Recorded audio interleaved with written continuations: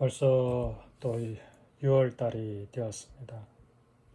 밭에 농사를 지으면서 참 배우는 것이 참 많습니다.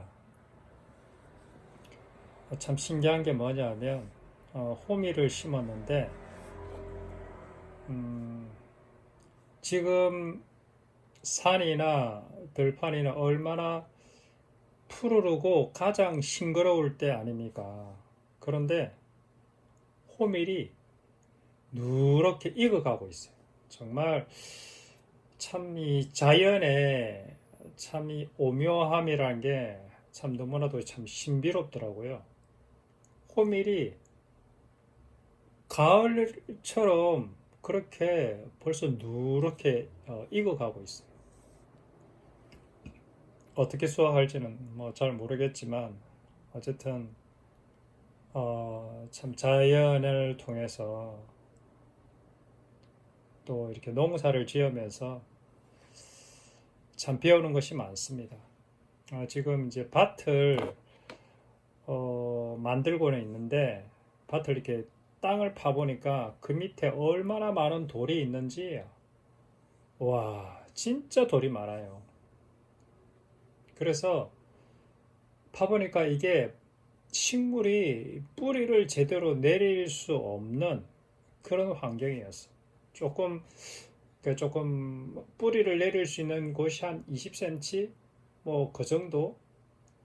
그 밑에는 완전히 딱딱한 맨땅 생땅이고 완전히 진흙처럼 단단하게 굳은 그런 땅들이 나오더라고요. 완전히 돌멩이하고 그 흙하고 완전 시멘트처럼 거의 뭐 굳어가지고 와 진짜 거기는 작물이 뿌리를 내릴 수 없는 그런 정도의 밭이었어요. 그런 밭에 다 이렇게 쇠서랑으로 파고 그리고 돌을 골라내고 고운 흙으로 이렇게 하여튼 만드는 작업들을 하고 있습니다. 농사를 공부를 하면서 배우는 거는 흙이 살아야 된다. 땅이 살아야 된다. 너무너무 많이 강조하더라고요. 이것은 굉장히 영적인 깊은 의미가 있지 않겠습니까? 예수님께서도 이 마음밭이 중요하다. 돌밭, 그다음에 잘갈밭, 뭐 길가밭, 그다음에 뭐 가시덤불, 그다음에 좋은 밭. 이 밭의 문제, 땅의 문제를 언급하셨습니다.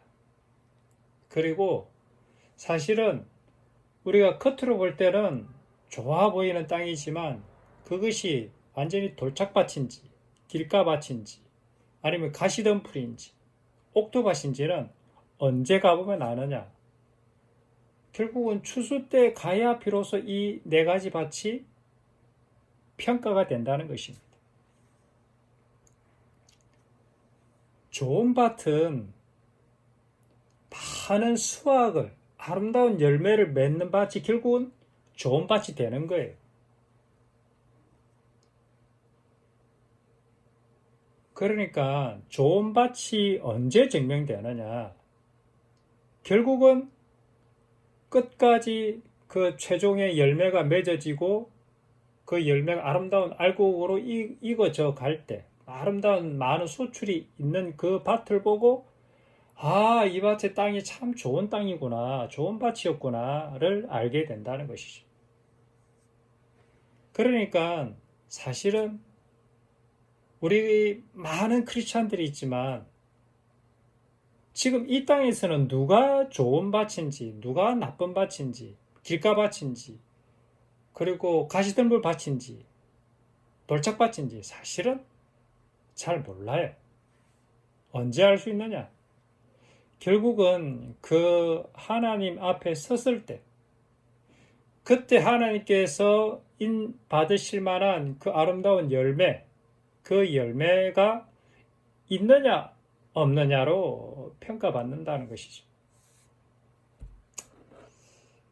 그리고 제가 이번에 한 가지 깨달은 게 뭐냐면, 알곡 있잖아요, 알곡. 알곡은 언제 얻어지느냐 보니까, 이게 호밀이 무성하게 자라요. 그리고 호밀 씨앗도 맺혔어요. 그리고 너무나도 이렇게 알곡이 많이 찼어요. 그런데 호밀이 익기 전에 그걸 따보니까 열매가 제대로 없는 쭉정이만 있는 거예요. 그걸 통해서 알게 됐어요. 쭉정이와 알곡을 가르는 기준. 가라지. 물론 가라지는 종자가 다르기도 하지만 똑같은 종자에서도 가라지는 어떤 게 가라지냐? 익지 않은 것을 거두면 그게 가라지더라고. 바람에 날려버려. 아무 알맹이가 들어있지 않아요. 그래서 참 이게 그 하나님 앞에서의 그 의로운 백성으로 인정받는 것, 의로운 자라고 인정받는다는 것이 결코 단순하고 쉬운 것이 아니구나. 근데 예수님 믿었으니까 너는 의로운 백성이야. 이것이 아니라 끝까지 그 좋은 밭의 그 비유처럼 말씀을 듣고 지키어 인내로 결실할 그 사람이 좋은 밭이고 의인으로 인정을 받게 된다는 거였어요. 참 어려운 개념이죠. 그러니까 우리가 하나님을 영접하고 내가 예수님 뜻대로 살겠다고 고백하고 내 자신의 모든 것을 드리기로 결단하고 헌신을 했을 때는 어떤 때냐? 이제는 의롭다라고 내가 이제 봐줄게. 그런데 그 의로움이 언제 증명이 되느냐? 결국은 내가 하나님 앞에 드려지는 그 온전한 그 열매를 맺어진 그것으로 인해서 네가 진짜 의로운 백성이다라고 이제는 확정이 되어지는 거. 그건 것 같아요. 그러니까 우리 신학교에서도 신학적으로 이렇게 말하지 않습니까? 구원은 이미 얻었지만 아직 완성되지 않았다. 맞습니다. 호밀이 씨앗이 떨어져서 그 씨앗이 발안했지만 이미 그러니까 호밀로의 어떤 그런 형상은 갖췄지만 그러나 그것이 구원의 완성이 아니라는 거죠. 결국은 그 나랄이 완전히 익어서 그 알곡이 완전히 여물어서 가지고 수확해서 창고에 들여질 때가 되어야 완전한 그 구원의 완성에 이르게 된다는 거죠. 그러니까 발아했다고 이게 완성이 아니라는 거죠. 태어났다고 완성이 아니라는 겁니다. 말씀을 듣고 지키어 인내로 결실한다. 근데 여기서 이제 신학적인 조금 논쟁거리가 있는데, 그러면 자라나는 것은 내가 자라가야 되느냐, 분투해야 되느냐, 아니면 자라가지는 거냐? 이 싸움이 신학적인 논쟁거리였습니다. 능동태냐, 수동태냐. 내가 대표적으로 우리 침례교 그리고 감리교 또 이런 쪽에서는 자기 열심, 자기 의, 우리 또 박보영 목사님도 그렇게 또 훈련 이런 부분들을 강조하지 않습니까? 반면에 또 장로교에서는 하나님의 은혜, 하나님의 어쨌든 그런 은혜를 강조하면서 그렇게 되어져 가는 수동태적인 부분들을 또 강조하고 있는 부분들이 많죠. 그런데 실상은 농사를 지었다 보면 이것이 두 개 다 합작해서 열매가 맺어진다는 거예요. 작물은 작물 나름대로 열심히 자기가 광합성을 하고 생명을 이렇게 뿌리를 뻗고 그다음에 햇빛을 달아보고 하는 것도 필요합니다. 그러나 이 모든 것들이 뭐냐면 자기 스스로 하는 것이 아니라 그 안에서 그 호밀의 그 유전자가 그 호밀을 그렇게 자라도록 만들어 가고 있는 거예요. 때가 돼서 싹이 나고 줄기가 나고 잎이 나고 그리고 그 앞에 씨앗이 맺히고 그리고 그것에 이제 수정을 위해서 거기에 꽃가루가 생기고 그러면서 수정이 되고 그러면서 나중에 아름다운 열매가 되고 그 열매가 또 무르익으면 알곡이 되어서 완전히 익게 되죠. 그러면 이제는 수확을 해서 창고에 들이게 되는 그렇게 되는 것이죠. 우리는 로마서를 통해서 사도 바울이 이 로마서를 통해서 우리들에게 진짜 복음이 무엇인지를 전해주고 싶어 했습니다. 자기가 깨달은 복음, 그리고 하나님께서 알려주신 복음, 이 복음이 무엇이냐, 그것을 알려주기를 원하셨어요. 로마에 있는 성도들에게 내가 이 전한 이 복음을 너희들에게 알려주고 싶다. 그것이 로마에 써있어요.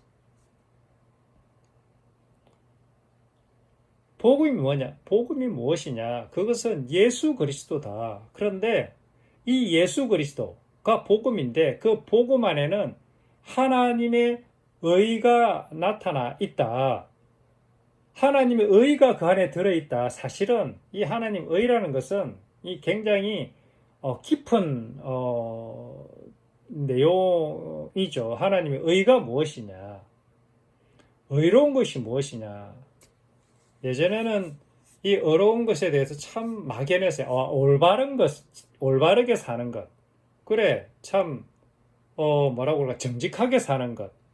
뭐 그런 것들이 이제 의로운 것이랑, 뭐, 거짓말하지 않고, 남에게 훔치지 않고, 바르게, 도덕적으로 바르게 살아가는 사람, 우리가 의인이다. 뭐 또는 그렇게, 이야기를 하죠. 그러니까 이 하나님의 의가 뭐냐? 근데 그 복음이 복음 속에 하나님의 의가 나타났는데,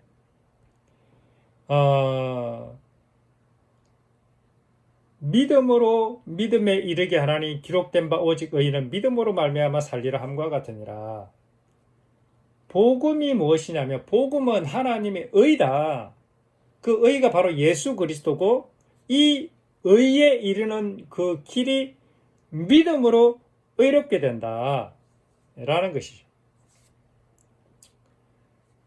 그래서 오직 의인은 믿음으로 말미암아 살리라 함과 같으니라. 이 부분이 어떻게 해석되어질 수 있느냐? 물론 여러 가지로 해석되어질 수 있습니다. 그러나 한번 생각해 보시면 의인은 믿음을 통해서 의롭게 된다. 그리고 믿음으로 살아가는 사람이 의인이다. 이렇게 말할 수가 있습니다. 근데 여기서 우리가 한 가지 주목해야 될 부분이 뭐냐면 기록된 바. 바울은 구약의 정통한 학자이지 않습니까? 굉장히 유명한 오늘날로 치면 신학자죠. 그런데 이 구약을 그동안 쭉 읽다가 깨달은 것입니다. 하박국 그 2장 4절에 나오는 오직 의인은 믿음으로 말미암아 살리라. 여기 이 한 문장에서 그는 굉장한 이 구약 전체를 관통하는 이 구원론의 새로운 해석이라고 그럴까? 율법의 행위가 아니고 율법을 지켜서 의롭게 되는 것이 아니고 의인은 믿음을 통해서 의롭게 되는구나. 그리고 믿음으로 살아가는 사람이 의인이구나. 이렇게 깨닫는 아주 혁명적인 그 변화를 찾는 구절이 하박국 2장 4절이었습니다. 그러니까 하박국은 성경을 이렇게 이제 로마서, 고린도전서 뭐 여러 가지 바울 서신이 있지 않습니까?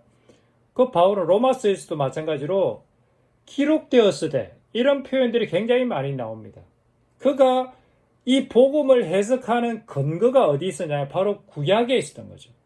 구약에 나오는 그 말씀들을 근거로 예수 그리스도의 복음을 새롭게 해석해냈던 것입니다. 그가 바울이 해석해낸 복음, 바울이 발견한 복음, 복음의 진수, 그건 뭐냐? 복음에는 하나님의 의가 나타나 있다. 그 의가 뭐냐? 예수 그리스도다. 근데 그 의가 뭐냐? 이 의로움, 하나님의 의로움이 뭔지를 앞으로 쫙 설명할 거예요. 그래서 우리는 믿음으로 의롭게 된다고 했을 때 이 의롭게 된다는 의미를 우리는 정말 잘 알아야 돼요. 이게 의롭게 된다는 게 도대체 뭐냐? 우리는 믿음으로 의롭게 되고 또 의롭게 된 사람, 의인은 또 믿음으로 살아가는 사람이다 라고 말한 이 의미를 깨달아 아는 것이 정말로 중요하다는 것이죠. 자, 오늘은 그러면 복음이 왜 필요하냐? 왜 하나님의 복음이 왜 예수 그리스도 이 땅에 왜 와야 되고 그것이 왜 복음이고 그 속에 들어있는 하나님의 의가 무엇인지를 이제는 쫙 로마서를 통해서 설명할 거예요. 18절에 보면 하나님의 진노가 불의로 진리를 막는 사람들의 모든 경건하지 않음과 불의에 대하여 하늘로부터 나타나나니. 하나님의 진노가 불의로 진리를 막는 사람들의 모든 경건하지 않음과 불의에 대하여 하늘. 그러니까 왜 의로운 사람이 되어야 되는지, 왜 의인이 되어야 되는지 하는 이유가 여기에 설명하고 있습니다. 불의한 사람, 경건하지 않은 모든 것, 불의에 대해서 하나님의 진노가 있다라는 것이죠. 그렇습니다. 하나님의 심판과 진노가 불의한 자들에게 이미 선언고가 되어지고 선언이 되어졌다라는 것입니다. 이것이 성경에서 하는 얘기예요. 그러니까 의로운 자와 불의한 자를 대비시키고 있는 것이죠. 그 불의는 사도 바울 표현으로 따지자면 경건하지 않은 모든 것이 바로 불의다, 이렇게 설명하고 있습니다.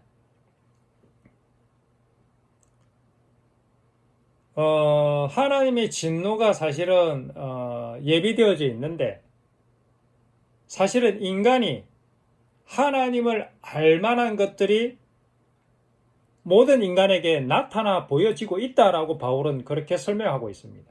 창세로부터 거의 보이지 아니하는 것들, 곧 그의 영원하신 능력과 신성이 그가 만드신 만물에 분명히 보여 알려졌나니 그러므로 그들이 핑계하지 못할지니라. 사실 이 부분은 좀 어려워요. 왜 그러냐? 동양에도 보면 노자나 장자나 또는 뭐 서양 철학도 마찬가지고 자연 만물을 통한 그 신적인 어떤 그런 존재에 대한 그 경외심, 이런 것들을 인간이 어느 정도는 알 수가 있어요. 물론 다는 아니지만 그래도 저 산에 자라는 나무, 아침에 떠오르는 태양, 그 하늘의 별, 달, 그리고 우리 인간들의 그 살아가는 삶, 또 인간관계, 사람이 생명이 태어나고 죽고 이 모든 것들을 생각해 보면 이것이 진짜 과연 우연히 그냥 저절로 이렇게 될 수 있을까? 아무리 생각해도 이거는 저절로 이렇게 될 수가 없다라는 것을 알죠. 그러면 이 모든 것을 지은 조물주가 있고 창조주가 있을 것이라는 것을 사실은 알아요. 알 수 있는데 그것이 하나님인 것을 사실은 잘 몰라요. 모를 수밖에 없죠. 왜냐하면 성경이 없으니까. 그냥 이 온 세상을 지은 창조주가 있구나. 뭐 그 정도는 우리가 인식할 수 있겠죠. 그렇다고 해서 우리가 하나님을 안다? 하나님의 그 영역과 신성이 만드신 만물에 분명히 알려졌으니까 그들이 핑계하지 못할 것이다. 이 말씀은 조금 어려운 것 같아요. 그것이 하나님인 줄 어떻게 아냐고요.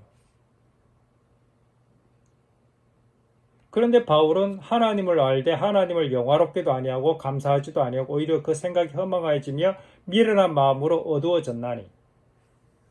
스스로 지혜 있다 하나 어리석게 되어 썩어지지 아니한 하나님의 영광을 썩어질 사람과 새와 짐승과 기어다니는 동물의 모양의 우상으로 바꾸었다. 물론 이건 일반적으로는 맞는 말인데, 그런데 분명히 보여 알려졌는데 하나님을 영화롭게 아니야. 그 하나님인 걸 어떻게 아냐고요. 과연 하나님인 걸 알 수 있을까요? 아마존 그 밀림에 있는 사람들 또는 원시인들, 아니 원시인 아니죠. 원시인이 아니라 지금도 그냥 아주 밀림 속에서 또는 이렇게 외딴 곳에서 고립되어 살아가는 사람들 아니면 현대인들도 마찬가지죠. 과연 이 온 우주 만물을 지은 그 조물주가 있다는 것은 알지만 그 조물주가 하나님이다? 과연 그렇게 저는 사실 잘 모르겠어요. 어쨌든 성경에서는 하나님을 영화롭게도 아니하고 감사하지도 아니하고 오히려 생각이 험악해지며 미련한 마음으로 어두워졌다 라고 표현해. 그 어두워진 결과가 각종 우상을 만든 거다. 예. 그 두려움의 대상으로 어떤 신적인 존재 같은 그런 나에게 그러니까 어마어마한 능력을 가진 그런 존재. 어쨌든 그런 존재에 대한 그 인식을 하는 것을 사람, 새, 짐승, 기어다니는 동물의 우상으로 바꾸었다. 이렇게 설명하고 있습니다. 그래서 사도 바울은 말하기를 하나님께서 그들을 마음의 정욕대로 더러움에 내버려 뒀다. 중요한 것은 사도 바울은 하나님께서 그냥 버려 두신다는 거죠. 더러움에 내버려 두사. 참 이게 어려운 부분인 것 같아요. 지금도 보면 하나님께서 왜 이 세상을 이렇게 두실까? 어쩌면 그냥 내버려 두고 계신 건 아닐까 하는 생각이 들 때가 참 많습니다. 그들의 몸을 서로 욕되게 하셨으니 이는 그들이 하나님의 진리를 거짓 것으로 바꾸어 피조물을 조물줄보다 더 경배하고 섬김이라. 하나님의 진리를 거짓 것으로 바꾸어 피조물을 조물주보다 더 경배하고 섬깁니다. 사실은 하나님의 말씀이 아니고서는 그들이 하나님을 알 수 있는 길이 있을까? 알 수 없을 것 같거든요. 개인적으로는. 하나님의 성경이 들어오기 전에 우리 한국의 어떤 그런 조선시대라든지 또는 고려시대, 신라시대 하나님의 말씀이 없이 이 만물을 지으신 분이 과연 하나님이다라는 사실을 과연 알 수 있을까? 내가 생각하는 그 조물주가 진짜 하나님이다라는 것을 알 수 있을까?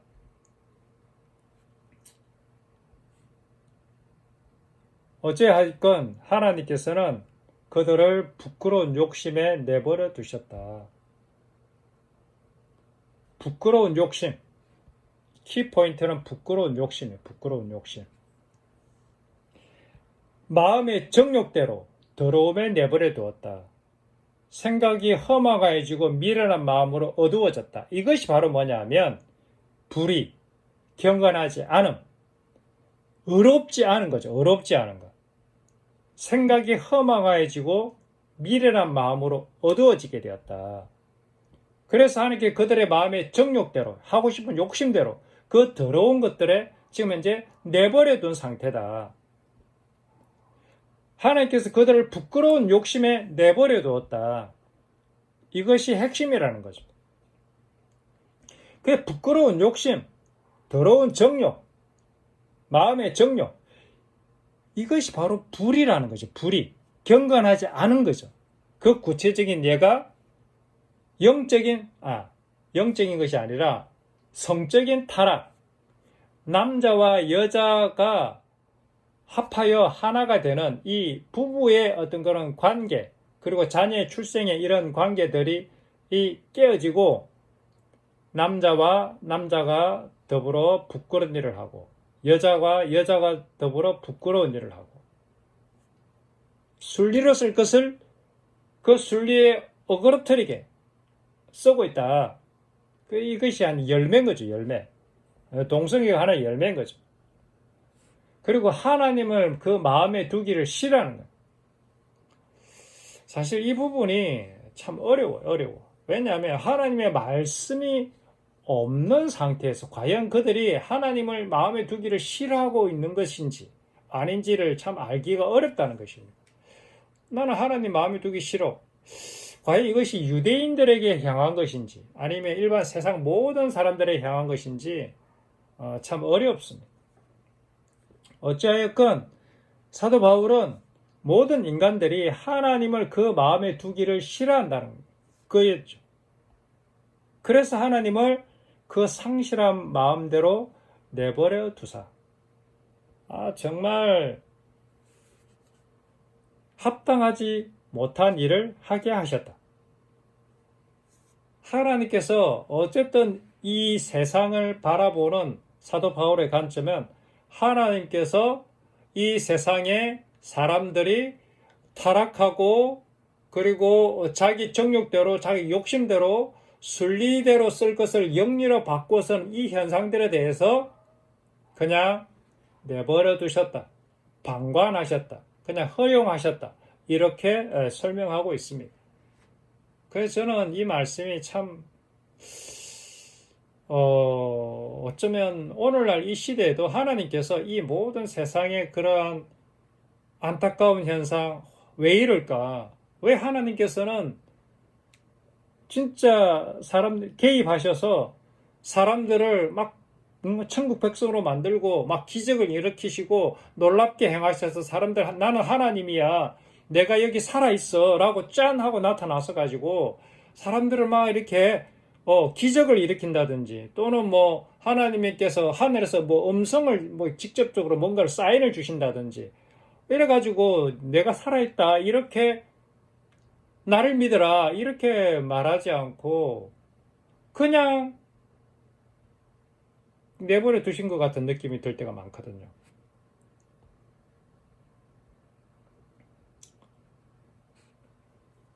그래서 인간은 모든 불의, 추악, 탐욕, 악의, 시기, 살인, 분쟁, 사기, 악독이 가득하고 수군수군, 비방, 능욕, 교만, 자랑, 악을 도모, 부모 거역, 우매, 배악, 무정, 무자비, 기타 등등등 합당하지 못한 일을 하게 하셨다. 내버려 두셨다.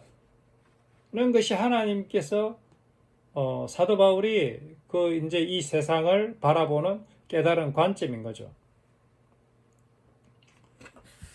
네, 저도 하나님의 말씀이니까 진짜 어쨌든 하나님께서 우리 인간들이 이 세상에 악이 창궐하고 악이 이기는 것 같고 선이 복음이 진짜 제가 요즘 너무 답답한 게 뭐냐면 제가 십자가 복음을 깨달은 이후로 다른 목사님들의 설교를 듣거나 다른 이 뭐라고 할까 뭐 신학교 동기들도 마찬가지고 주변에 진짜 십자가의 복음 거듭난 크리스찬이 어쩌면 너무너무 거의 없구나라는 것을 없을 것 같은 느낌이 들면서 도대체 그럼 하나님께서 저 많은 사람들이 예수님 믿고 하나님 믿는다고 그렇게 말을 하고 있는데 어떻게 된 거지? 이럴 때가 많아요. 그런데 하나님께서 아무 일도 안 하시고 그냥 그들을 내버려 두신 것 같은 느낌이 들 때가 참 많거든요. 하나님의 복음을 깨달아 안다는 게 참 너무 어려운 것 같아요. 어찌하였건 지금 이제 사도 바울은 복음에는 하나님의 의가 나타나서 믿음으로 믿음에 이르게 하나니 오직 의는 기록된 바 오직 의는 믿음으로 말미암아 살리라 함과 같으니라. 이 의인과 대비해서 그럼 불의한 자가 뭐냐? 그것이 바로 나와 있는 거죠. 의인과 불의한 자를 대비하고 있는 거예요.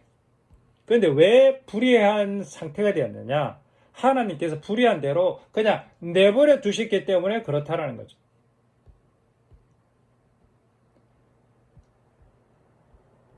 그들의 마음, 상실한 마음대로 내버려둬. 자기 정욕대로, 부끄러운 욕심, 마음의 정욕, 이것들을 그냥 네 하고 싶은 대로 해. 마치 제가 탕자의 비유 예를 많이 드는데, 둘째 아들 자기가 아버지 그 재산 받아가지고 집을 나가고 싶다고 그러잖아요. 그냥 나가게 그냥 내버려 두는 거죠. 그래, 네 하고 싶은 대로 해봐. 그런 거 같은 거예요. 그 더러움이 내버려 두신 거죠. 그러니까 탕자가 나가서 어떻게 했냐? 불의, 추악, 탐 이런 것들과 자기 욕심대로 자기 정욕대로 더러움에 그냥 상태에 빠진 거죠. 돼지 쥐염 열매를 먹으면 돼지 우리 속에 아주 똥냄새가 나는 그 악취 속에 빠져버린 거죠.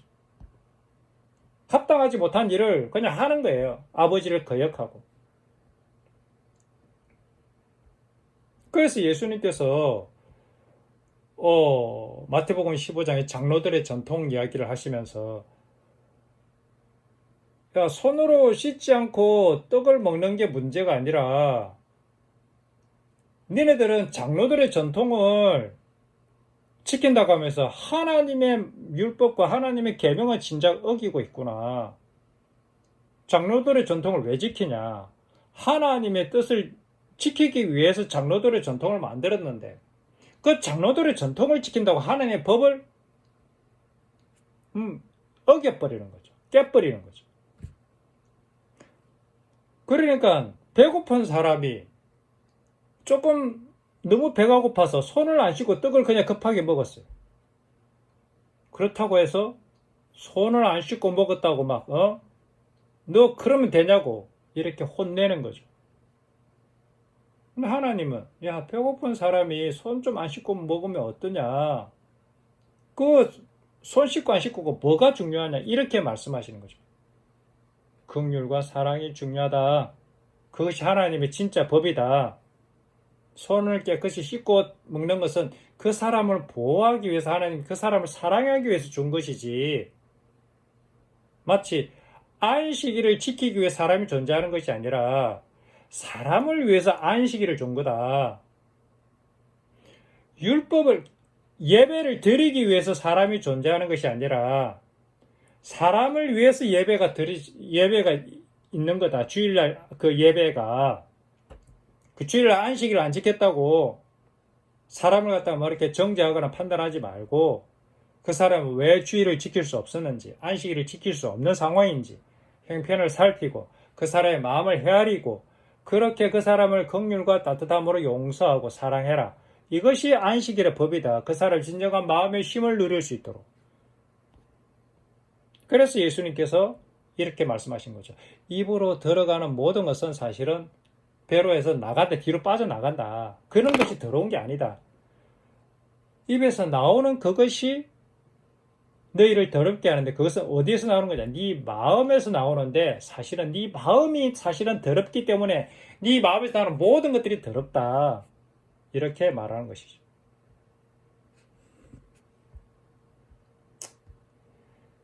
마음에서 나오는 것은 악한 생각, 살인, 간음, 음란, 도둑질, 거짓 증언, 비방, 이런 것들이 사람을 더럽게 하는 것이지, 씻지 않은 손으로 먹는 것은 사람을 더럽게 하지 못한다. 그 진짜 문제는 네 마음이다. 마음. 그 악한 마음. 바울이 했던 이야기가 똑같은 거예요. 상실한 마음, 그 다음에 부끄러운 욕심, 마음의 정욕, 그 더러움을 가진 인간이라는 이 존재를, 문제는 하나님이 그냥 그대로 버려두셨다는 거예요. 너무 안타깝지 않습니까? 지금도 하나님은, 사실 저도 이렇게 복음을 전하고 싶은데 사람이 말로 해서 되지 않는다는 것을 제가 깨달았어요. 그래서 보여줘야 되는데, 언제까지 그들을 설득하고 설득해야 되느냐? 사실 저로서는 어떻게 할 방법이 없어요. 솔직히. 이 진리, 이 복음, 이 하나님의 의로움, 이것을 저들에게 보여주고 싶고 전해주고 싶은데, 이 자유, 이 기쁨, 이 감사, 이 모든 진리를 전해주고 싶은데 방법이 없습니다. 왜냐하면 이것을 들어도 또 이렇게 배운다고 해서 그것이 내 것이 되는 게 아니에요. 도움은 될 수 있지만 내가 직접 나의 모습 가운데 내 마음 안에 이 상실한 마음, 이 악독, 노함, 분함 이런 것들이 가득하다는 것을 본인이 알고 본인이 처절하게 절망하기 전에는 여기서 벗어날 수 있는 길이 없기 때문에 그렇습니다. 다만 이야기는 하지만 그렇게 눈이 떠여진다는 것은, 나를 볼 수 있다는 것은 이거는 말로서 되는 것이 아니고 정말 자기 자신이 그러한 상황 속으로 깊은 사망의 음침한 골짜기로 들어가 봐야 비로소 자신의 실체, 자신의 그 본질을 알게 될 수 있다는 거죠. 들어가더라도 모르는 사람이 사실은 태반인 거예요. 어쨌든 사도 바울은 로마서 1장을 통해서 하나님의 복음을 전하기를 원했어요.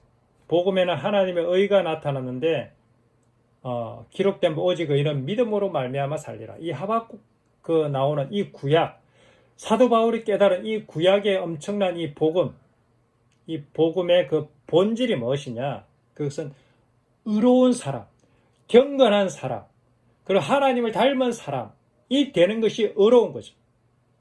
하나님의 의가 뭐냐?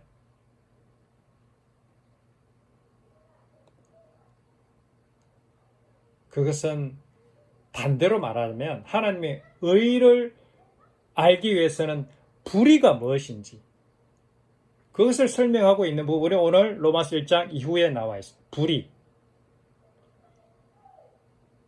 허망한 생각, 허망한 마음, 미련한 마음, 마음의 정욕, 부끄러운 욕심, 상실한 마음, 그래서 성적인 타락, 그리고 내 마음에 있는 불의, 추악, 탐욕, 이기심, 그다음 욕망, 이런 모든 것들 사실은 불이다. 그런데 하나님께서는 그대로 네 하고 싶은 대로 살아, 네 쪼대로 한번 살아봐라, 그렇게 내버려 두시고 계시다는 것이죠.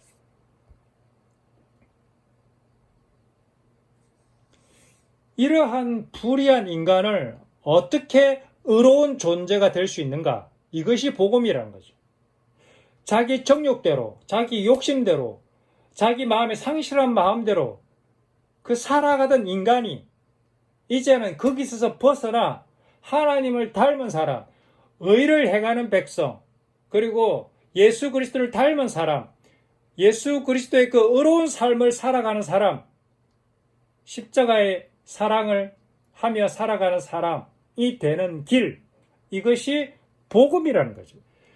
복음에는 하나님의 의가 나타나서 믿음으로 믿음에 이르게 하나니 오직 기록된 바 오직 의는, 그렇게 되는 유일한 길이 뭐냐면 믿음이라는 방법밖에는 없다.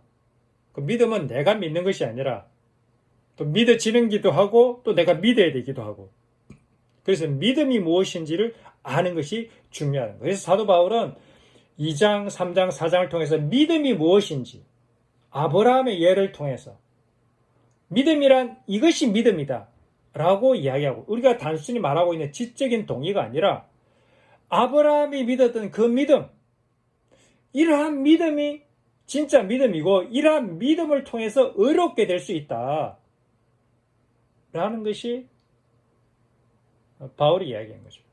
그 믿음으로 의롭게 된 아브라함의 그 의로움이라는 게 뭐냐, 믿음이 뭐냐, 어떤 믿음이냐는 것을 구체적으로 설명한 게 로마서 6장, 예수 그리스도의 십자가에 죽어지는, 같이 죽어지는 그 믿음,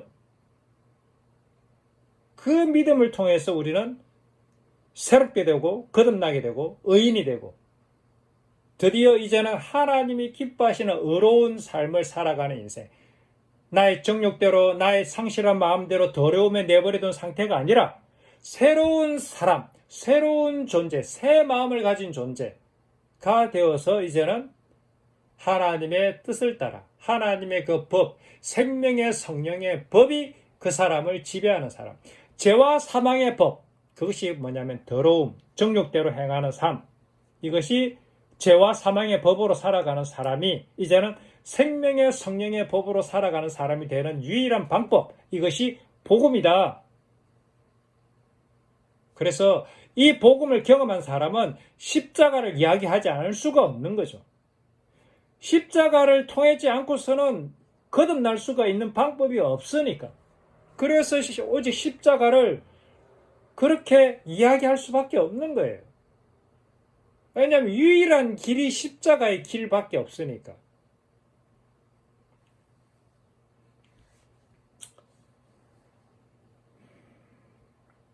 그래서 복음을, 이 십자가의 길을 너무 전하고 싶은데 사실은 쉽지 않습니다. 그리고 십자가의 길을 깨달은 사람은 십자가의 길을 전할 수 있는 게 십자가의 길밖에 없어요. 십자가의 도밖에 없어요. 십자가밖에 전할 게 없어요. 그래서 기성전 십자가예요. 기성전 십자가. 이 십자가를 발견하고 그 십자가에 내가 죽은 존재라는 것을 발견하는 게 사실은 복음을 깨닫는 거예요. 그래서 이제는 죽은 자로 살아가고 이제는 그리스도께서 내 안에서 그분이 이끄시는 대로 살아가지는 능동태이면서 수동태이면서 능동태적인 삶이 무엇인지 날마다 경험하면서 그렇게 살아가는 존재가 되는 것. 이것이 의인의 삶인 거죠. 의로운 삶. 되어지면서 내가 또 노력해야 되고, 내가 노력하는데 내가 한 것이 아니라 되어지는 것. 그냥 자라나는 거죠. 마치 하늘의 미랄이 땅에 떨어 죽으면 수많은 미랄이 맺히지 않습니까? 미랄이 지가 맺혀집니까? 미랄 안에 든 유전자가 그렇게 만들어 버리는 거죠. 네가 아무리 내가 포도나무로 태어난 포도나무 유전자가 들어있는데 내가 아무리 무화과를 맺고 싶어도 무화과가 맺어지지가 않아요. 포도 유전자가 들어있으면 자라기만 하면 포도 열매가 맺혀지는 것처럼 우리 안에 예수 그리스도 성령의 유전자가 들어오면 이제는 그분을 따라 행하기만 하면 성령의 열매가 그냥 맺혀지는 거예요. 이거는 너무나도 자연스러운 거죠. 억지로 내가 맺어져야지 막 힘쓰고 애써야 되지 그런 것이 아닙니다. 그러나 내가 노력해야 돼. 그냥 가만히 있는다고 또 맺혀지는 것도 아니에요. 그러니까 이것을 경험한 자는 이것이 무슨 말인지 이해가 되는 거죠. 네, 감사합니다.